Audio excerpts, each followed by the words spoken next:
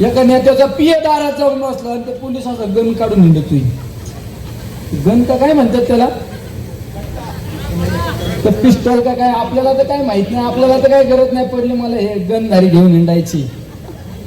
तो पिस्टल काढून हिंडत होता. अरे राम भाऊ आमचा जरी साधा दिसला, माझा सारखाच आहे ना, मी पण साधा आहे, पण आम्हाला हात पण जोडता येतात आणि भाया पण वर करतायत, हे पण तुम्हाला सांगतो. दादागिरी दहशत जर माझ्या कुठल्या उमेदवारा उदर केली ना, तर पहिला निलेश लंके बाहेर काढायला लावू नका, हे तुम्हाला सांगतो.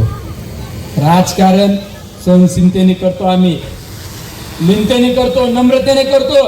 पण जर माझ्या उमेदवाराला जर कोणी चुकीच्या पद्धतीने खिंडीत आणून जर दादागिरी दहशत करायचा प्रयत्न केला ना, तर ही निलेश लंकेची गाठ आहे, हे पण तुम्हाला सांगतो. ही दादागिरी घरी ठेवायची.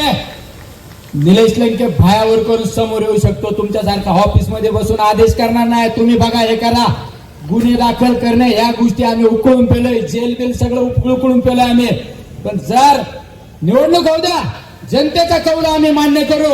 पण जर माझ्या कुठल्या उमेदवाराला आणि कार्यकर्त्याला जर चुकीच्या पद्धतीने गुंड लोकांना जर पुढे घालून जर दहशत दादागिरी करणार असेल, तर ही माफ करणार नाही, सहन केली जाणार नाही, हे सुद्धा या ठिकाणी सांगतो. माझा एखादा उमेदवार एखाद्या दारात जातो, गुन्हेगार प्रवृत्तीच्या लोकांना मागे पाठवून सांगितलं, त्या ठिकाणी घोषणा दिली जाते, दादागिरी केली जाते. अरे दादागिरी करणार, गुंडगिरी करणार हे आम्हाला शिकू नका. तुम्ही व्हाईट कॉलर आहे, तुम्ही काचच्या घरात राहता, आमच्या दगड आणण्याचा प्रयत्न करू नका, हे सुद्धा या ठिकाणी तुम्हाला सांगतो.